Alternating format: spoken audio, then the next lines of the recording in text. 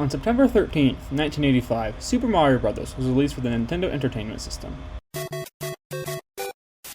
This game premiered during the video game crash, a time when video game sales were falling drastically, and many companies were transitioning away from them. Developing the game was a risky move, but it ended up being so successful that I was able to renew consumer interest in video games as a whole. This was largely due to the groundbreaking nature of the game, but it was also due to the fact that Nintendo used a different strategy to market it. Because interest in video games was dwindling, Nintendo instead placed the game in the toy aisle of stores. At the time, this is a reasonable description of video games. After all, they were largely, if not entirely, made to be no more than fun distractions. Only large companies had the means to create and distribute such games, so there was nothing the everyday consumer could do about this. So too, however, was the case with the moving picture, a medium which has since evolved to tell far more meaningful stories and even surpassed all former mediums in the amount of rhetorical strategies at its disposal. Moving pictures can use audio and visual to tell stories and make arguments in ways that simply were not possible before their invention, and it's only logical that the same would be true for video games. Today, anyone with a personal computer and coding literacy can make and easily distribute their own video games. Developers like Toby Fox, Matty Thorson, and many others have been taking advantage of this to tell beautiful, intricate, and evolved stories through gaming, and doing so in a way that could not have been done before. And yet, many still see video games as no more than what they were back in 1985, a toy.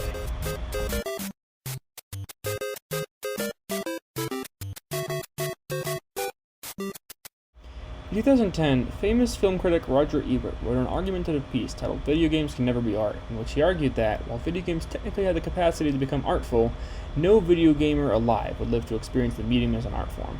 His main reason for this was that video games give the player a choice and have win and lose conditions. But why should a win or lose condition matter? In most stories, there's a character who wins and a character who loses, the only difference being that, in the case of video games, there's a player in control of the outcome.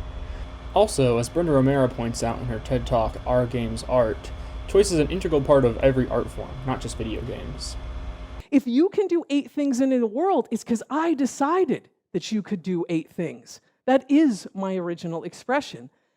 Now, going back to this Richard Serra piece, there's far more than 8 ways to go through this piece. There are far more than 8 ways to photograph it.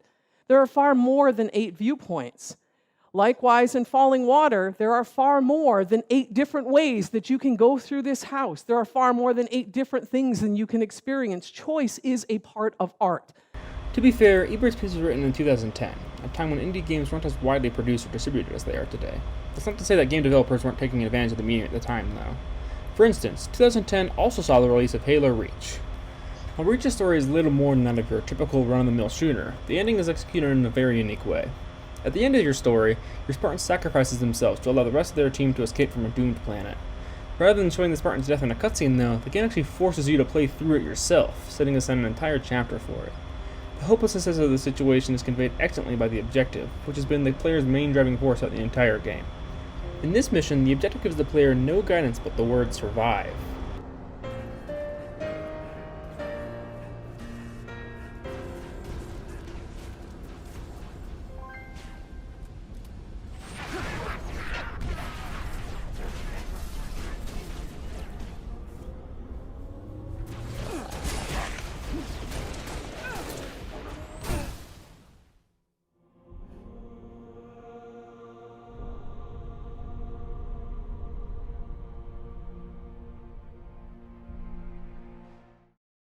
Halo 4 was released 2 years later, and briefly toys with established video game norms in a similar way, fostering distrust in your deteriorating AI companion Cortana by having her fail to mark waypoints.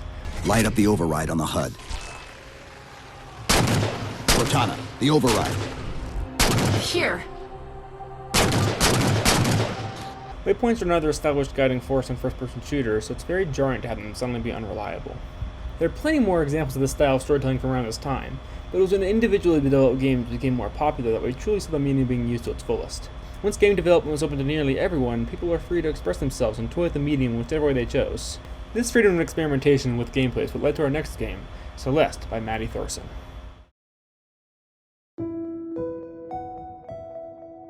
Celeste is a game that tells the story of Madeline, a girl who climbs a mountain. During the climb, she encounters a personification of her depression, given form by the mountain. This part of her follows her up the mountain, wreaking havoc and attempting to stop Madeline from trying to reach the summit. The relationship between the struggle to climb the mountain and the struggle to overcome her mental illness is clear and effective, but far from original. Celeste finds many ways to breathe new life into the idea, but where it truly shines is in the way that its gameplay is integrated into the story. Celeste can be an extremely difficult game at times, but it also has fantastic controls and extremely forgiving game design. The hitboxes in the game are actually significantly, almost comically, smaller than the accompanying sprites, which means you will almost never feel like you died to an obstacle that you didn't hit. The game also utilizes Coyote Time, which is a game design technique that still allows the player to jump, even if they've walked off a ledge for a few frames. This prevents the frustration of feeling as if your input was ignored when you jump off a ledge. The game also grants the player a checkpoint at the end of every room, and the respawn time for death is almost instant, meaning there is next to no punishment for failure. All this ensures that even the most inexperienced player with enough work and dedication can eventually reach the ending. This experience complements the story perfectly, and it's no accident. In the story's resolution, Madeline is pulled to the bottom of the mountain and has to team up with her other self in order to reach the summit. The empowerment that the two of them gain from this is reflected in the gameplay as well, granting the player an extra dash. The freedom of movement when utilizing two dashes allows the player to better relate to the freedom that Madeline feels during the final chapter when she's finally no longer fighting herself. The final chapter is, of course, home to the most precise gameplay so far, but it's accompanied by beautiful imagery, inspirational music, and a literal countdown to the summit. It's the hardest platforming yet, and yet it's as if the game is screaming at you to keep pushing forward, like you can do it, and it's incredibly effective. By far my favorite part is at checkpoint 4, where these goggles will show you the entirety of what you have left, before silencing the music and zooming in on the summit. It instills a feeling of excitement and motivation that would simply not be possible on a passive audience.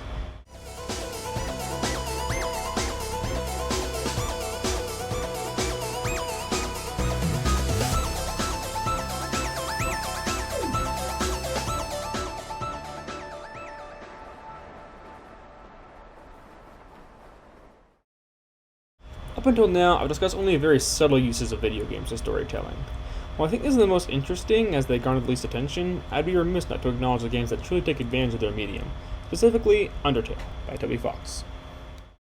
Undertale is, without a doubt, a game that takes full advantage of its medium. Unlike a traditional RPG, Undertale gives the player the choice to avoid fighting every monster they encounter through a series of action commands. However, there are no obvious gameplay mechanics to encourage the player to choose mercy, resulting in a choice grounded more in morals than in gameplay.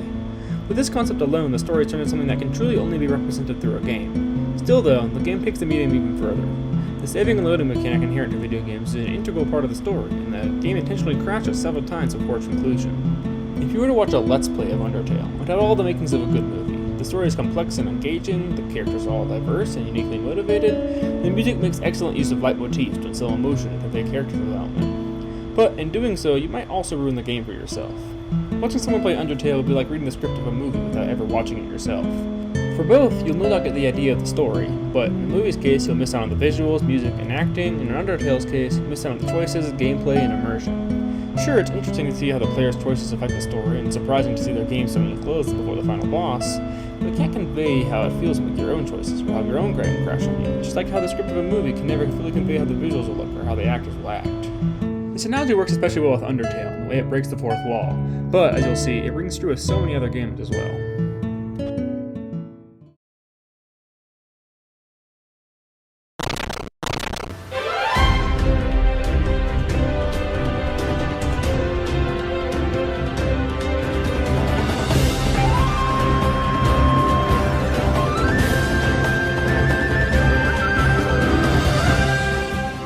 Video games have come a long way since 1985. Now, gorgeous, fantastical games can be made by just about anyone, and with this advanced technology has come a greater understanding of the power of video games than ever.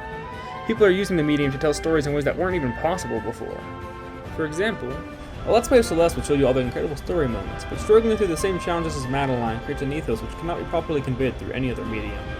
Let's Play couldn't probably convey the frustration of getting over it, nor could it convey the crushing responsibility and impossible choices of Papers, Please, nor could it convey the intense discomfort of the end of Doki Doki Literature Club, in which one of the characters modifies the game files, deletes everything but herself, and speaks directly to the player. Sure, some games are nothing more than fun distractions and cheap entertainment, but the same can be said for any art form. In the same way that movies can rise above the rhetorical power of the written or spoken word through their visuals, video games can rise above the rhetorical power of movies through clever use of their gameplay and manipulation of established norms.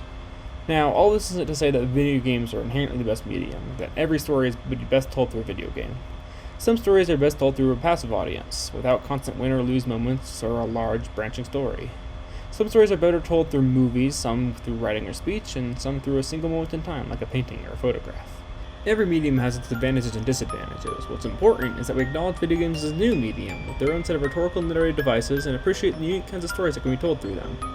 When we fully consider every medium, weighing its pros and cons, we can make a better choice as to which one will best support the ideas that we want to convey. If we can't do that for media that have been around for decades, how will we ever acknowledge the newer, emerging media? There's no reason to exclude things from the umbrella of art, as if it's some elite, high-class club for only the most distinguished mediums. With enough passion, anything can be art.